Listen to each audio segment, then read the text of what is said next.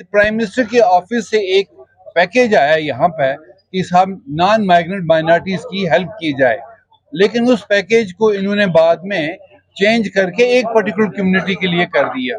पर यह है कि ये एक ऐसी एडमिनिस्ट्रेटिव गुंडागर्दी है कि जिसे कोई अभी पूछता ही नहीं है कि साहब एक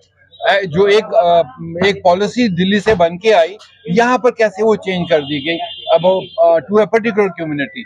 वो एक जॉब पैकेज था यहाँ के बच्चों के लिए, सबके लिए था, चाहे वो पंडित था, हिंदू था, कोई भी माइनॉरिटीज के लिए था, लेकिन उसको केवल कश्मीरी पंडित के लिए कर दिया गया। उस तरह से पंजाबी लैंग्वेज हमारी यहाँ पर आर्टिकल 370 से पहले ये ऑफिशियल लैंग्वेज थी, पर उसके बाद आर्टिकल 370 एब्रोगेट होने के बाद पंजाबी लैंग्वेज जो है ये ऑफिशियल लैंग्वेज नहीं रही।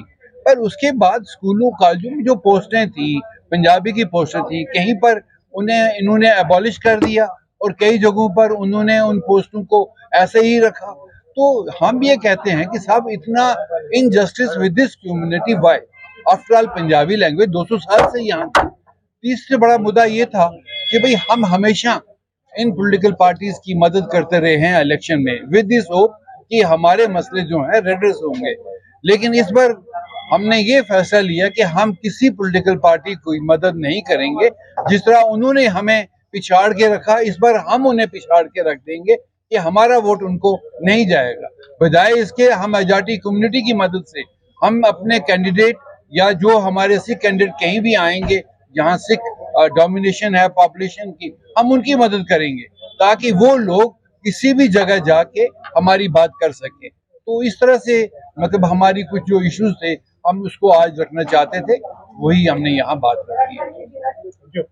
देखिए, हमने अभी पूरे देश में एक इलेक्शन सिनेरियो बन चुका है और आहिस्ता आहिस्ता जम्मू कश्मीर में भी ये सिनेरियो बन जाएगा, पर हम उससे पहले पॉलिटिकल पार्टी को अपना वोट जो है नहीं देंगे, क्योंकि पिछले 70 सालों में इन लोगों ने हमें खाली एक्सप्लॉइट किया, हमारे इशू को रेड्रेस नहीं किया। तो इसलिए हम इन्होंने जब हमें इग्नोर किया, इस बार हमने सोचा कि हम इन्हें इग्नोर करेंगे ताकि हमारे लोग ही आगे आए और वो हमारी बात एक असेंबली में रखें, किसी हाउस में रखें। तो वो चीज़ें हमने आज कहना चाहिए कि साहब जो इलेक्शन सिनेरियो है इसमें हम इस बार एक अहम रोल अदा करने जा रहे हैं। जम्मू कश्मीर में कम से कम 15 सीटें ऐसी हैं जहां सिख वोट बैंक बहुत मैटर करता है, पर उस वोट बैंक के साथ हम मेजॉरिटी कम्युनिटी के भी सपोर्ट लेना चाहेंगे। हम उनसे भी अपील करेंगे कि हमेशा हमने आप लोगों का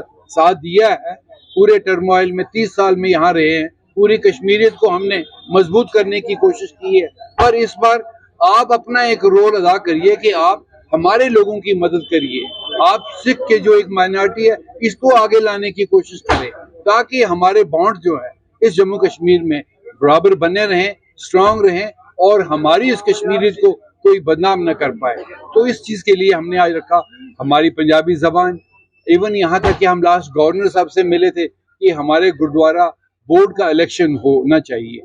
यहाँ पर देखिए, यहाँ माता वैष्णो देवी श्राइन बोर्ड है, यहाँ पर वक्फ बोर्ड है, यहाँ पर अमरनाथ यात्रा का भी एक बोर्ड है। इन सब में सरकार बड़ी पहल करती है, उससे हर तरह की इमदाद पहुंचाती है। लेकिन जो सिखों का ये गुरुद्वारा एक्ट है जिसके तहत हमारे गुरुद्वारा अफेयर जो है वो चलते हैं, हमने गवर्नर साहब से कहा था कि बोर्ड के इलेक्शन करवाइए, तो उन्होंने मेरे सामने कमिश्नर साहब को फोन किया, पर आज 1 साल होने को है जो लास्ट डिस्ट्रिक्ट के इलेक्शंस हुए, पर वो इलेक्शंस नहीं करवा रहे हैं बोर्ड का। तो हमें इस बात की नहीं है कुछ, लेकिन हमारा ये कहना है कि कितना इग्नोर करते हैं हमें, कि जहां हमारा कानून भी है, हमारा एक्ट भी है, गुरुद्वारा एंडोमेंट एक्ट है, उसको इम्प्लीमेंट नहीं करते। इसी तरह से हमारे नौजवान बच्चे हैं, उनको पैकेज किसी में नहीं लाते, बुला बुला के दूसरी माइनॉरिटी को बाहर से यहाँ पैकेज देते हैं। सफरिंग सबकी हुई है, मेजॉरिटी की हुई है, पंडित्स की हुई है, सिख की भी हुई है, लेकिन सबकी मदद आप करेंगे, सिख को क्यों नहीं मदद करेंगे?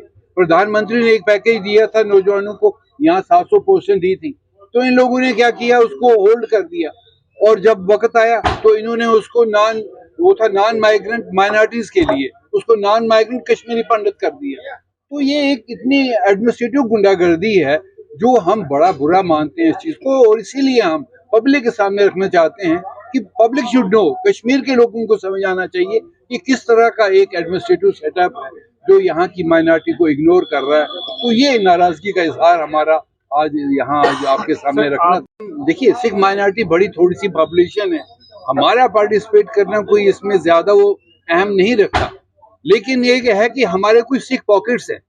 अगर आप कोई भी असेंबली सेगमेंट ले लें, 15-20 हजार हर जगह हमारा सेगमेंट है यहाँ कश्मीर में, 4-5 कॉन्स्टिट्यूंसी, चाहे पुलवामा ले लीजिए, चाहे बटमालू ले लीजिए, चाहे अमीरा कदर कॉन्स्टिट्यूंसी ले लीजिए, बारामूला ले लीजिए। तो हम ये चाहते हैं इस बार कि अगर सिख कैंडिडेट्स वहां आता है तो हमें एक बार चांस दिया जाए, हमारे मेजॉरिटी कम्युनिटी उसको सपोर्ट करे, ताकि यहाँ के भाईचारे में हमारा भी एक रोल बन सके कि हम कहीं पर, चाहे वो म्यूनिसिपैलिटी है, चाहे वो दूसरे और बोर्ड है, असेंबली सेगमेंट है, उनमें हमारी एक बात आए और हम लोग बात कर सकें। अदरवाइज हमारी बात जो है वो हवा में रहती है, हमारी बात कहीं सुनी नहीं जाती है। तो पॉलिटिकल पार्टीज तो हमें इस्तेमाल करती हैं, और कई असेंबली सेगमेंट में we are very decisive, Sikh vote bank is very decisive. अभी लास्ट में कई आपको बताएंगे कि 500-600 वोट बैंक से कुछ पॉलिटिशियन जीते हैं कुछ सेगमेंट्स में, उन 500-600 में 1200 वोट जो है वो सिखों का है, हजारों का वोट सिखों का है। तो इसलिए we constitute a very big component of vote bank in Jammu as well as in Kashmir. तो हमारी बात नहीं सुनी गई। इस बार हम पब्लिक के पास जाना चाहते हैं, जिन लोगों ने हमें पिछले कई सालों से दूर रखा है, हम इस बार उन लोगों को दूर रखेंगे। This is what I